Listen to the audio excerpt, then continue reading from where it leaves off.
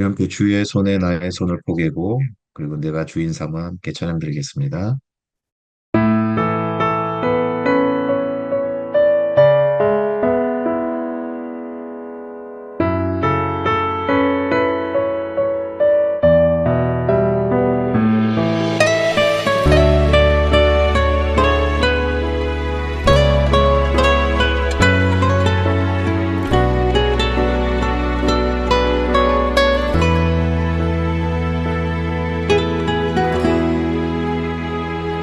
주보혈 날 정결케 하고 주보혈 날 자유케 하니 주 앞에 나 예배하는 이 시간 나의 모든 것을 주께 드리네.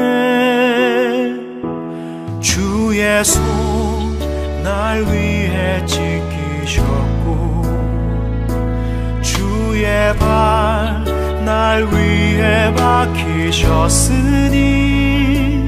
이제는 내가 사는 것이 아니요 오직 주를 위해 사는 것이라.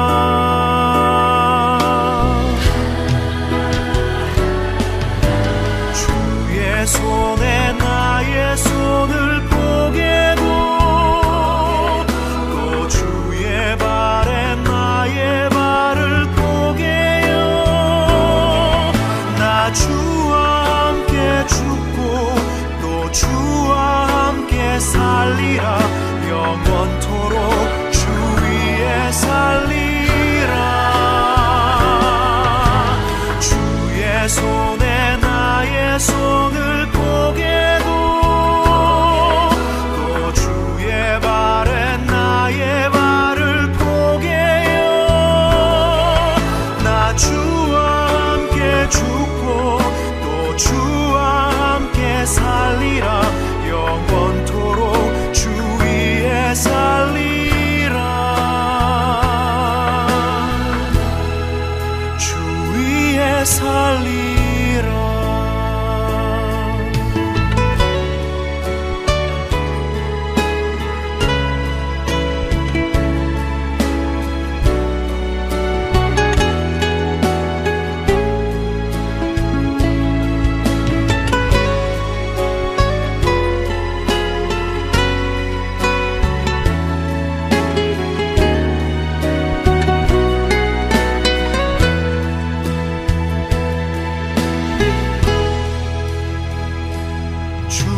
손 날 위해 지키셨고 주의 발 날 위해 박히셨으니 이제는 내가 사는 것이 아니요 오직 주를 위해 사는 것이라.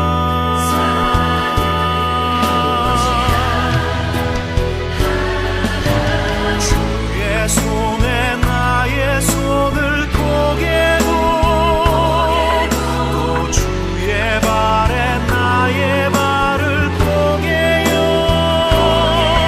나 주와 함께 죽고 또 주와 함께 살리라. 영원토록 주 위에 살리라. 주의 손에 나의 손을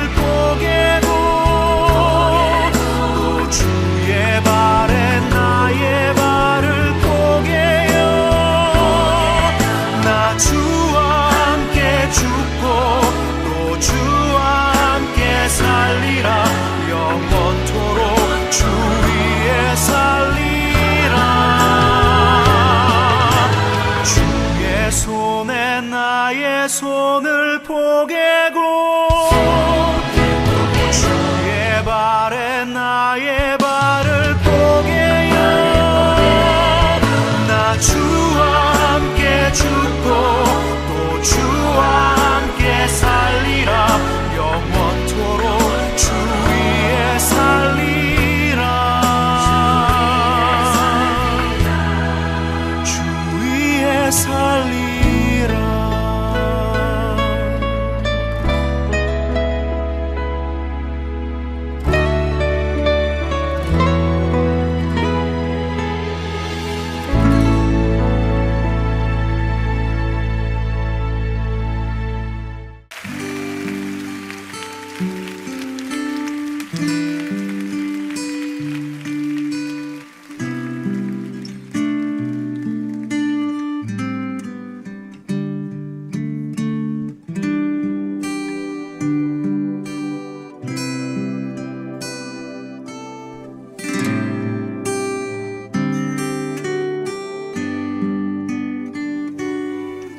내가 주인 삼은 모든 것 내려놓고 내 주 되신 주 앞에 나가 내가 사랑했던 모든 것 내려놓고 주님만 사랑해.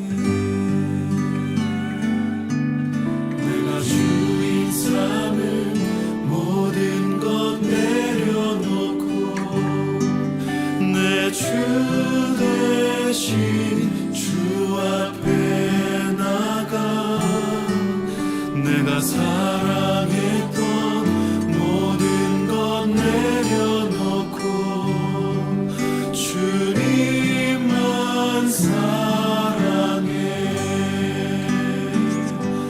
주 사랑 거친 풍랑에도 깊은 바다처럼 나를 잠잠케 해. 주 사랑 내 영혼의 반석 그 사랑 위에 서리.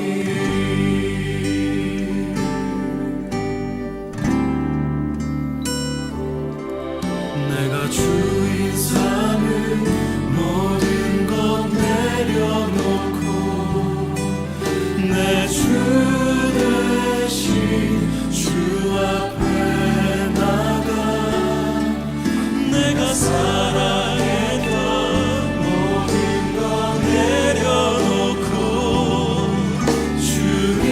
주님만 사랑해. 주 사랑 주 사랑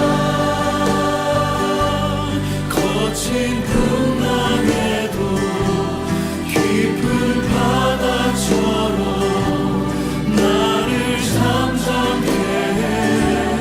주 사랑 내 영혼의 반석 그 사랑 위에 서리. 내가 주인 삼은 모든 것 내려놓고 내 주 대신 주 앞에 나가 내가 사랑했던 모든 것 내려놓고 주님만 사랑해. 내가 주인 삼은 모든 것 내려놓고 내 주 대신 주 앞에 나가 내가 사랑했던 모든 것 내려놓고 주님만 사랑해. 다 함께 주 사랑 주 사랑 거친 풍랑에도 깊은 바다처럼 나를 잠잠케 해. 주 사랑 내 영혼의 반석 그 사랑 위에 서리. 주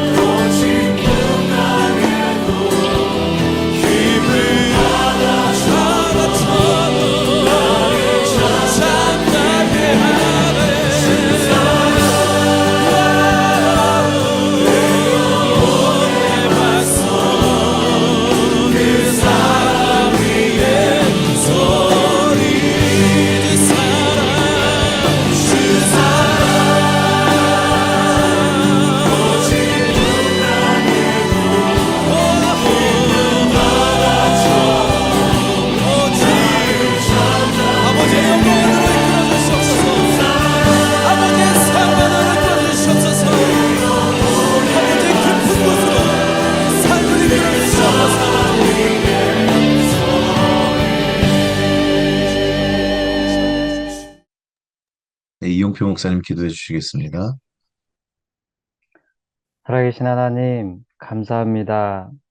주일을 맞이하여 주님 앞에 각 처소에 내주하시는, 함께 하시는 우리 주님 앞에 나왔습니다. 이 시간 신령과 진정으로 우리 하나님을 경배하는 시간 될 수 있도록 인도하여 주시옵소서.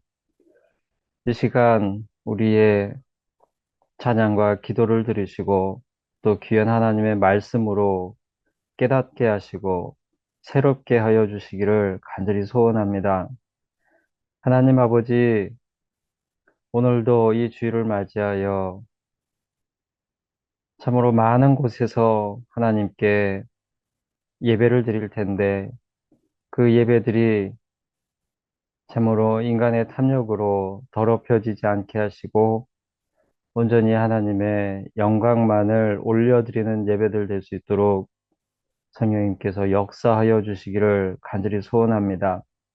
하나님, 오늘도 좋은 친구 교회 이 이름으로 모이게 하여 주신 하나님 참으로 감사를 드립니다. 주님께서 세워주신 줄 믿습니다. 하나님, 이 믿음의 공동체를 통하여서 하나님께서 택한 자들을 부르시고 그 부르신 자들을 또한 위로하시고 깨우치게 하시고 그렇게 함으로써 복음의 능력이 이 믿음의 공동체를 통하여 드러나게 하여 주시기를 온전히 하나님의 이름만이 드러나게 하여 주시기를 간절히 소원합니다.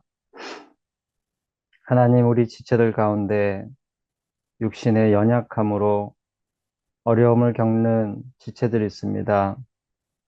마음의 상처로 인하여 고난을 당하는 그러한 지체들이 있습니다.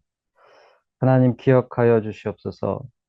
한 사람 한 사람의 삶을 하나님께서 아시오니 그 마음을 아시오니 하나님께서 살펴주시고 빛이 되어 인도하여 주시기를 간절히 소원합니다. 참으로 세상에 있는 것들로는 진정한 위로가 될 수 없음을 고백합니다. 하나님의 사랑으로, 하나님의 말씀으로 참된 위로를 받아 힘을 얻고 본향을 향하여 나아가는 주의 자녀들로 살아갈 수 있도록 은혜를 베풀어 주시옵소서. 아버지 하나님, 이 시간 하나님 아버지 앞에 나아오면서 참으로 저희들의 마음을 드릴 수 있기를 원합니다. 저희 마음 가운데 무지함으로 또 어리석음으로 연약함으로 우리 자신도 알 수 없는 여러 가지 부정적인 마음들, 생각들 있을 수 있는데 하나님 지혜를 주셔서 깨닫게 하시고 정리되게 하시고 온전히 우리들의 인격을 하나님께 드릴 수 있도록 인도하여 주시옵소서. 하나님, 이곳 한국은 이제 추석 연휴가 시작이 되었습니다. 이 연휴 기간 동안에 특별히 홀로 지내며 연약함 중에 외로움을 겪는 사람들 한 사람 한 사람 하나님 찾아주시기를 간절히 소원합니다. 그들의 필요를 채우시고 그들의 외로움을 달래시고 그들의 영혼을 구원의 길로 인도하여 주시옵소서. 하나님, 지금 이 순간에도 여러 곳에서 전쟁과 재난으로 고난을 당하는 참으로 불쌍하고 안타까운 심령들이 있습니다. 하나님, 그들을 불쌍히 여겨주셔서 그곳에 자비와 긍휼을 베푸셔서 평화가 찾아오게 하시고 참으로 고통당한 자들, 소외당하는 자들이 위로받고 하늘의 소망을 품는 그런 날들이 속히 올 수 있도록 은혜 베푸시기를 간절히 소원합니다. 하나님, 오늘도 이 예배를 위하여 수정된 주의 종들이 있습니다. 그들의 손길이 헛되지 않게 하시는 줄 알고 감사드리며 또한 그들의 마음을 하나님께서 기쁨으로 갚아주시기를 간절히 소원합니다. 오늘도 말씀을 선포하실 때에 우리 목사님의 입술을 통하여 온전히 하나님의 말씀 선포되게 하시고 그 말씀이 저희들의 심령 골수를 쪼개며 저희들의 삶을 변화시키는 귀한 말씀 될 수 있도록, 그래야 우리 삶 가운데 하나님의 이름을 높이는 귀한 말씀 될 수 있도록 역사하여 주시옵소서. 예수님의 이름으로 기도드립니다. 아멘. 이제는 주님께서 가르쳐 주신 기도로 함께 기도하겠습니다. 하늘에 계신 우리 아버지여, 이름이 거룩히 여김을 받으시오며 나라가 임하시오며 뜻이 하늘에서 이루어진 것 같이 땅에서도 이루어지이다. 오늘 우리에게 일용할 양식을 주시옵고 우리가 우리에게 죄 지은 자를 사하여 준 것 같이 우리 죄를 사하여 주시옵고 우리를 시험에 들게 하지 마시옵고 다만 악에서 구하시옵소서. 나라와 권세와 영광이 아버지께 영원히 싸움나이다. 아멘. 네, 오늘 함께 나눌 말씀은 갈라디아서 5장 16절부터 21절까지 말씀입니다. 우리 함께 읽어보도록 하겠습니다. 내가 이르노니 너희는 성령을 따라 행하라. 그리하면 육체의 욕심을 이루지 아니하리라. 육체의 소욕은 성령을 거스리고 성령은 육체를 거스르나니 이 둘이 서로 대적함으로 너희가 원하는 것을 하지 못하게 하려 함이니라. 너희가 만일 성령의 인도하시는 바가 되면 율법 아래에 있지 아니하리라.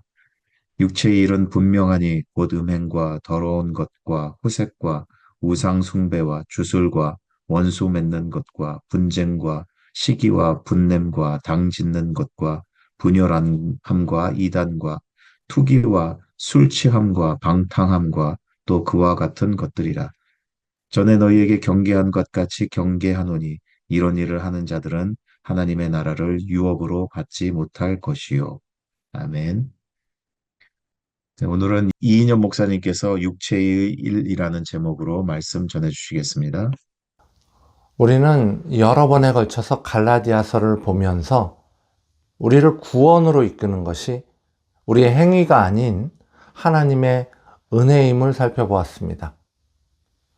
갈라디아 교회에서는 처음에 받아들였던 그 복음의 가치가 흔들리고 예수를 믿는 믿음에 율법을 더하여야 한다는 이야기들이 돌았고, 이에 대한 반박으로 바울은 조목조목 따져가며 우리의 구원이 율법에 있는 것이 아니라 주님을 믿는 믿음에 있음을 밝혔습니다.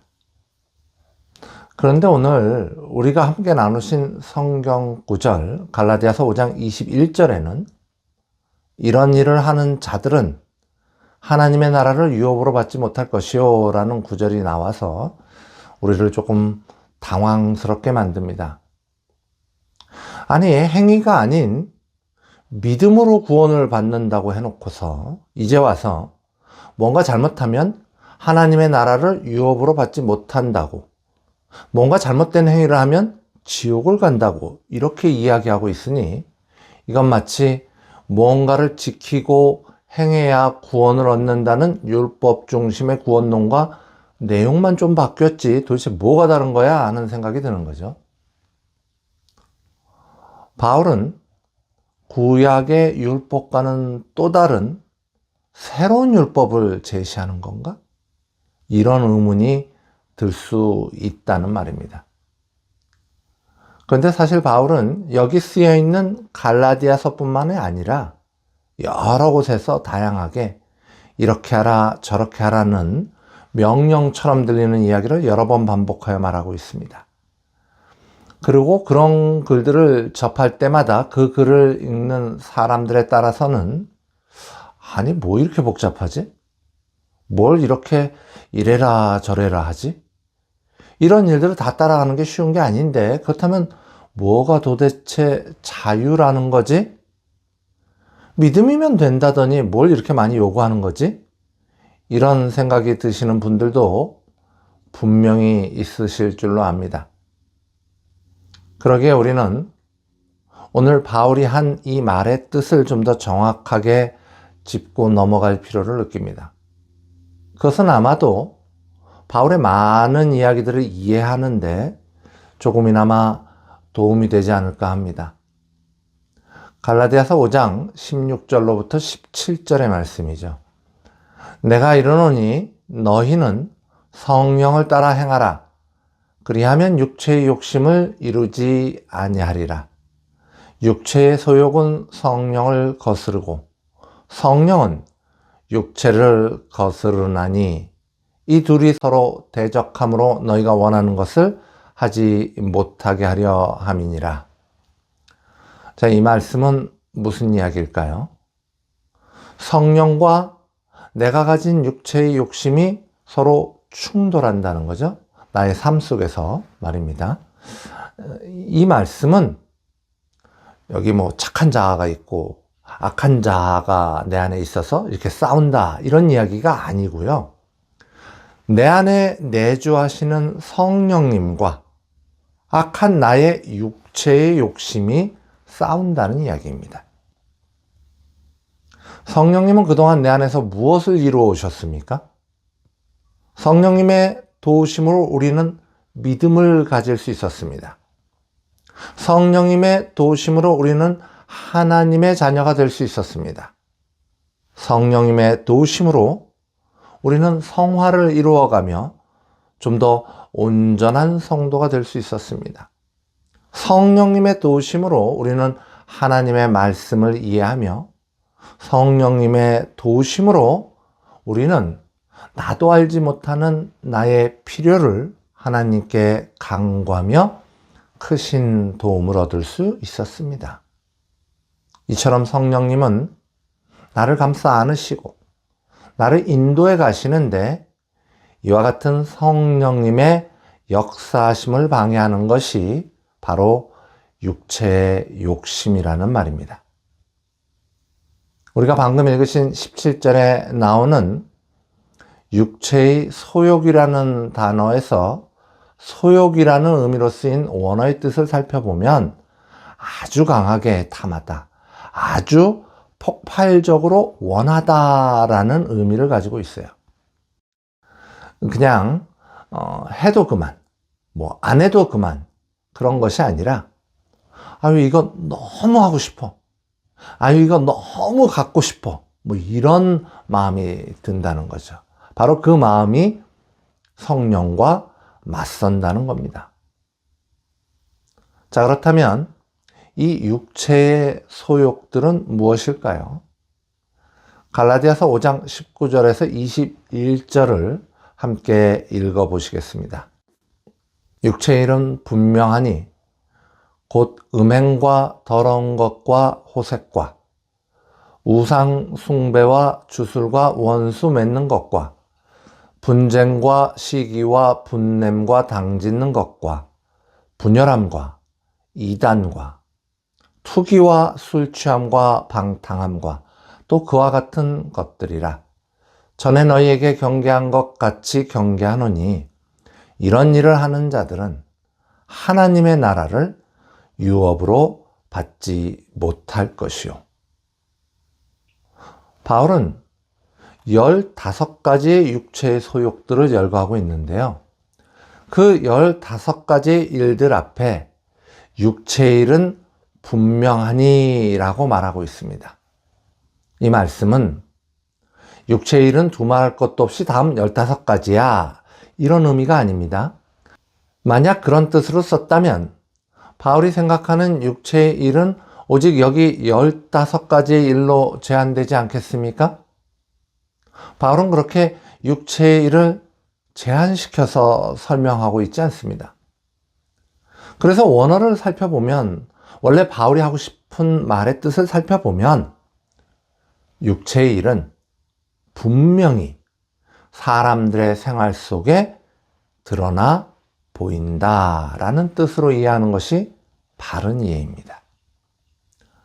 우리가 지금 육체의 일, 육체의 소욕에 대하여 이야기하고 있는데 이 육체의 일의 첫 번째 특징은 눈에 보이게 드러나는 행동을 말하고 있습니다. 누가 보아도 이 사람은 지금 육체의 일을 하고 있구나. 저 행동은 성령의 인도하심으로 하는 일이 아니구나 라는 것을 쉽게 알 수가 있다는 거죠. 자, 그 첫 번째 육체의 일들은 무엇입니까? 음행과 더러운 것과 호색입니다. 음행의 원어는 포르네이아로 간음, 간통을 이야기합니다. 아내를 두고 바람을 핀다, 남편을 두고 바람을 핀다는 것을 말하고 있어요. 간통은 이 자신의 욕심을 위해서 배우자의 고통을 철저히 무시하는 행동으로 성경 여러 곳에서 엄격하게 부정하는 죄 중에 죄입니다. 인간의 이기심이 극도로 발휘되는 순간인 동시에 이것은 우상숭배와도 연결이 되죠.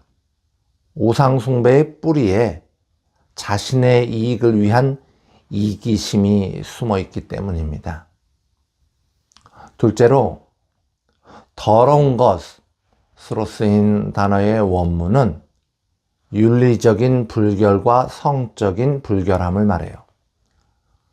성은 하나님께서 우리에게 주신 복되고 소중한 것입니다. 창세기 1장 28절의 말씀이죠. 하나님이 그들에게 복을 주시며 하나님이 그들에게 이르시되 생육하고 번성하여 땅에 충만하라. 창세기 2장 23절로부터 25절의 말씀입니다. 아담이 이르되 이는 내 뼈 중에 뼈요 살 중에 살이라. 이것을 남자에게서 취하였은즉 여자라 부르리라 하니라. 이러므로 남자가 부모를 떠나 그 아내와 합하여 둘이 한 몸을 이룰지로다. 아담과 그 아내 두 사람이 벌거벗었으나 부끄러워하지 아니하니라. 그러나 이러한 성이 쾌락의 도구로, 돈벌이의 도구로 그렇게 잘못 사용되어질 수 있습니다. 아마도 이 매춘과 같은 것이 대표적인 예일 수 있겠죠? 셋째로, 성적인 죄는 호색입니다. 아셀게이아라는 단어를 우리말로 호색이라고 번역을 했는데요. 이게 음탕하다로 번역하기도 합니다. 이 말은 성적 타락을 즐기면서도 부끄러운 줄을 모른다는 뜻이에요. 자, 이제 바울은 육체일에 대한 두 번째 묶음으로 우상숭배와 주술을 이야기하고 있습니다. 이 육체일은 우리가 가진 이 기독교와 대치되는 육체의 욕심입니다. 우상숭배가 뭔지는 우리가 여러 번 들어서 잘 알고 있죠. 그 원어의 뜻을 살펴보면 이 어떤 형상을 섬기다라는 뜻인데요. 하나님이 만드신 그 피조물을 향하여 어떤 절대적인 가치를 두면서 섬기는 것이 바로 우상숭배입니다. 뭐 돌을 향하여 섬긴다든지, 소를 섬긴다든지, 뭐 금신상을 만들어 놓고 섬긴다든지, 아니면 하늘을 섬긴다든지, 땅을 향하여 섬긴다든지, 뭐 산을 섬긴다든지, 태양과 달을 섬긴다든지, 이런 것들이 모두 우상숭배입니다. 그러나 우리가 이 우상숭배와 관련해서 잊지 말아야 하는 것은 하나님 외에 우리가 섬기는 모든 것이 우상이 될 수 있다는 겁니다. 내가 돈을 의지하고 섬기면 나에게는 돈이 우상이요. 내가 나의 능력을 의지하면 나에게는 나의 능력이 우상이요. 내가 나의 지식과 힘만을 의지하고 신뢰하며 살아간다면 나에게는 나의 지식과 힘이 우상이 되는 거예요. 하나님 외에 내가 신뢰하며 절대적인 가치를 두고 섬기는 모든 것들은 그것이 무엇이든 간에 우상입니다. 구약시대에 수없이 많은 우상들, 우리 선조들이 섬긴 수없이 많은 우상들, 그리고 오늘 우리 주변에 있는 조금 다른 모습의 우상들, 이러한 우상들은 우리를 하나님의 나라로 인도하는 존재가 아닙니다. 우상숭배에 이어서 나오는 주술이라는 단어에는 이 약품을 사용한다는 뜻이 있어요. 지금이야 뭐 이 약이 아주 대중적이고 뭐 해열제, 소화제 등 참 많고 다양도 하지만 오래전에 약은 참으로 신비로운 물건이 아니었겠습니까? 그래서 이 말의 뜻은 어떤 신비로운 힘을 빌려서 나의 삶의 기륭 화복을 조절한다는 뜻입니다. 이 한국에서 무당들이 구슬하는 모습을 보면 날카로운 작두 위에서 뛰지 않습니까? 초현실적인 신비로움이죠. 그리고 그 굿은 왜 하는 겁니까? 길흉화복을 조절해 보겠다는 의미 아닐까요? 이렇다 보니 만약 우리가 예수님이 달리신 십자가를 부적처럼 그렇게 사용한다든지, 헌금이든 예배이든 성경 읽기든 간에 교회에서 하는 여러 가지 일들을 나의 삶 속에 일어나는 길흉화복과 연결하려 한다면, 그렇게 생각한다면 그것이 곧 주술이 되는 겁니다. 바로 이것이 우리가 피해야 할 육체의 일인 것이죠. 다음으로 바울이 사람과의 관계에서 일어나는 8가지의 육체의 일을 이야기합니다. 그것은 원수 맺는 것, 분쟁, 시기, 분냄, 당짓는 것, 분열, 이단, 그리고 투기입니다. 인간의 역사는 원수 맺음의 역사, 분쟁의 역사라고 해도 무방하지 않습니까? 내가 남보다 더 좋은 것을 갖기 위하여, 하나를 가졌으면 2개를 갖기 위하여 우리는 수도 없이 서로 원수 맺으며 분쟁해 왔습니다. 그것은 우리가 타고난 기질처럼 보이기도 합니다. 분쟁이라는 단어의 뜻이 언쟁이나 다투기를 좋아하는 기질이라는 것은 조금 더 이상한 일이 아닙니다. 우리의 육체가 다투는 걸 좋아한다는 거예요. 우리가 그런 기질을 가졌다는 거예요. 그 기질 안에 시기와 분냄과 투기가 있습니다. 이 시기와 분냄과 투기를 땔감으로 사용하여서 더욱더 다투고 더욱더 원수 맺는 거예요. 자, 이렇게 우리가 시기와 분냄과 투기로 원수 맺고 다투면 무슨 일이 일어날까요? 분열합니다. 어떤 사회이든 어떤 조직이든 간에 시기와 분냄과 투기가 중심이 되어서 원수 맺고 다투면 분열합니다. 교회도 예외일 수가 없습니다. 그러기에 이런 것들은 성령의 일, 하나님의 인도하심이 아닌 육체의 일, 죽음의 일인 것입니다. 그러나 놀라운 것은 우리의 육체가 이것을 좋아한다는 거예요. 자, 이제 인간관계에 관련된 8가지의 육체의 일 중에 남은 2가지 것들을 좀 더 정리해서 설명해 보겠습니다. 우리 성경에는 당 짓는 것으로 번역되어 있는 구절의 그 원문과 영어 성경을 보면 이 당 짓는 것을 이기적인 욕망, 이기적인 태도라고 써 있습니다. 좀 더 자세히 설명하면은 이렇게 배운 것이 없는 그런 무식한 일용 노동자들이 조금이라도 자기 일당을 더 받으려고 막 품위 없이 함부로 막 나대고 싸우는 그 모습을 표현한 단어가 당짓다의 원어 표현입니다.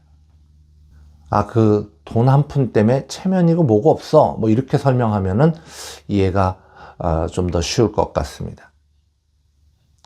마지막으로 이단이라는 육체의 일은 얼핏 생각하기에 종교적인 육체의 욕심에 속할 것도 같은데 사람과의 관계에 있는 육체의 일에 들어가 있습니다.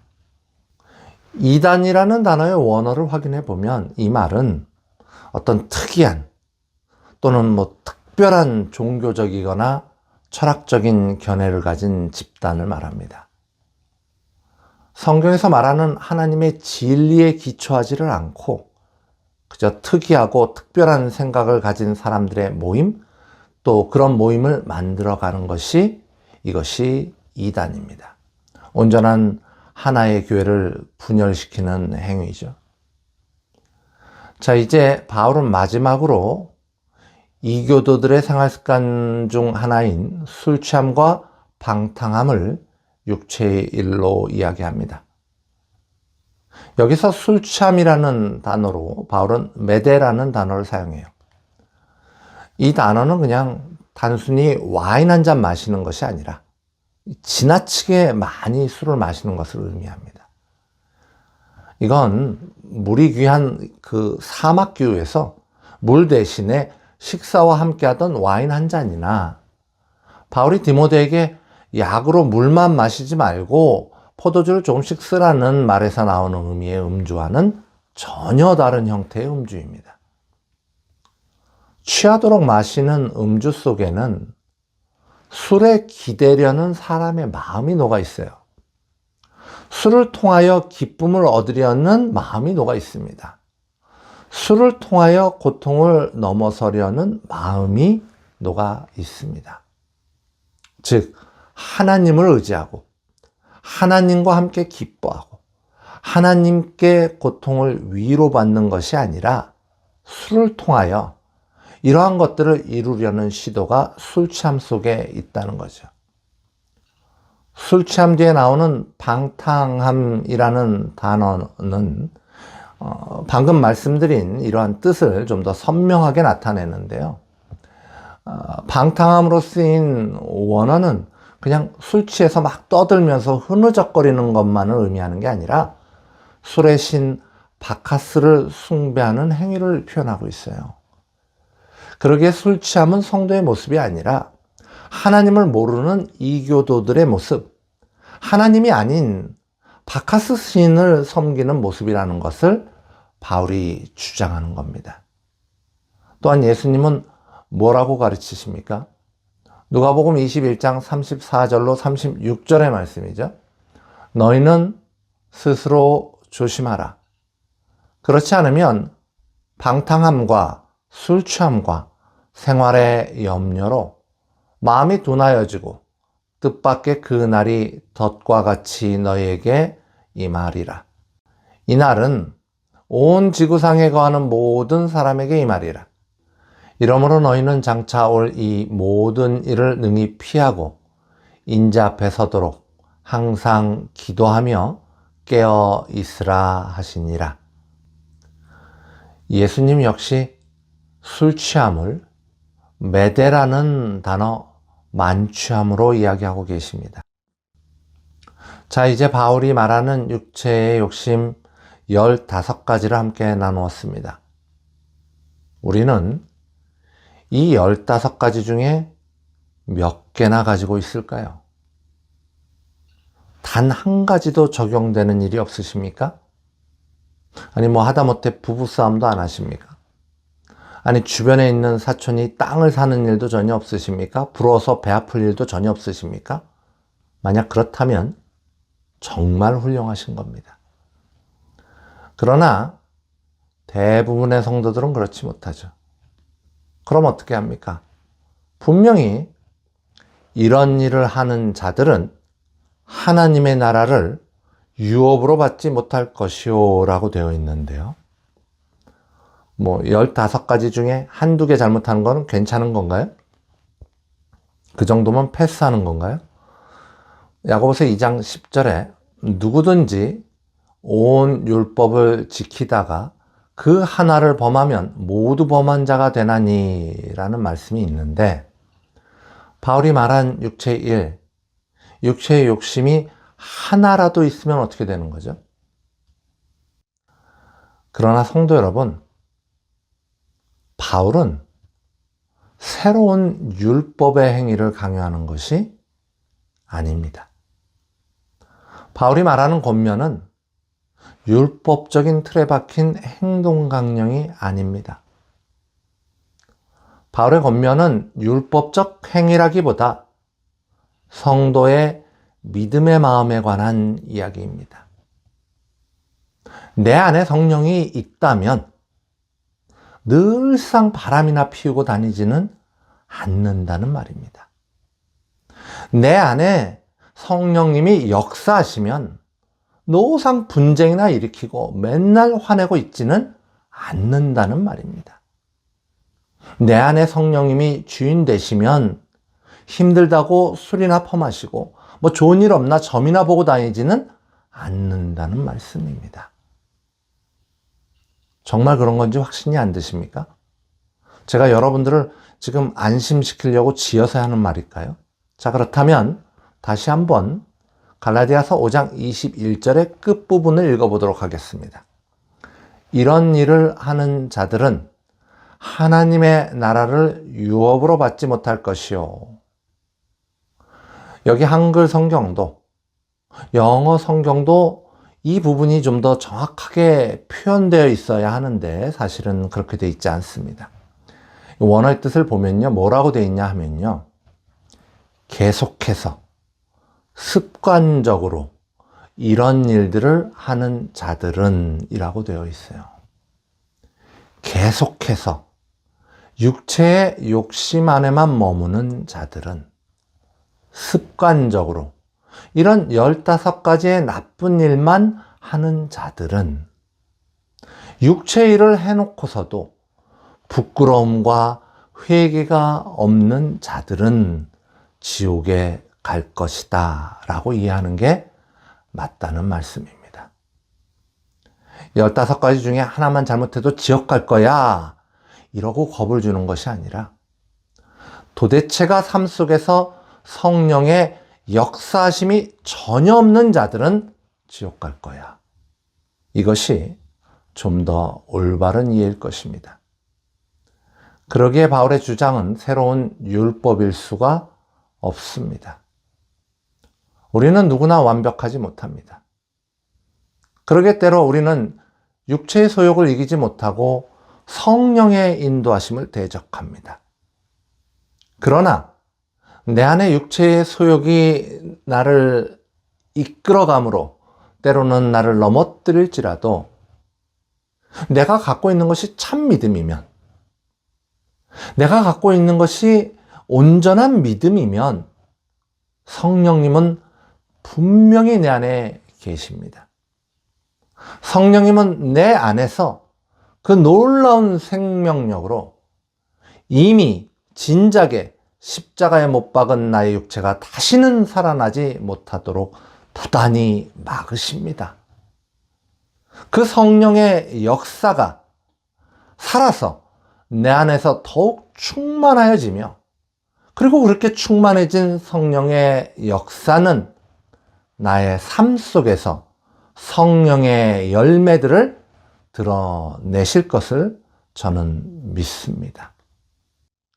그러게 우리는 누구도 완벽하지 못할지라도 하나님이 주신 구원, 그 구원의 약속을 보혜사 성령님과 동행함으로 결코 잃어버리지 않을 겁니다.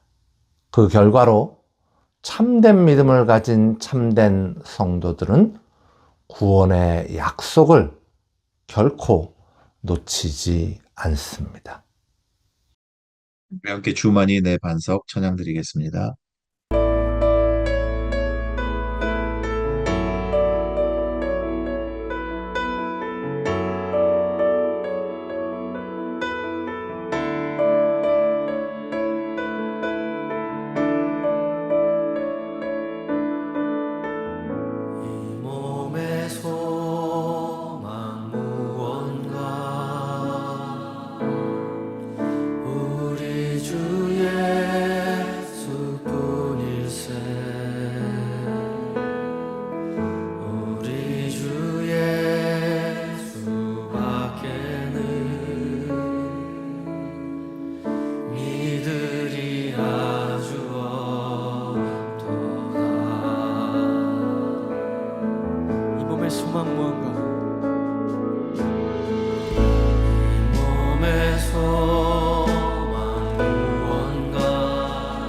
주의 수뿐일세 우리 주 예수뿐일세 우리 주 예수밖에 우리 주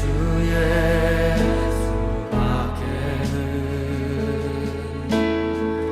믿으리 아주 없도다 주만이 내 반석 약한 자 강건케 해 그는 주 만유의 주시라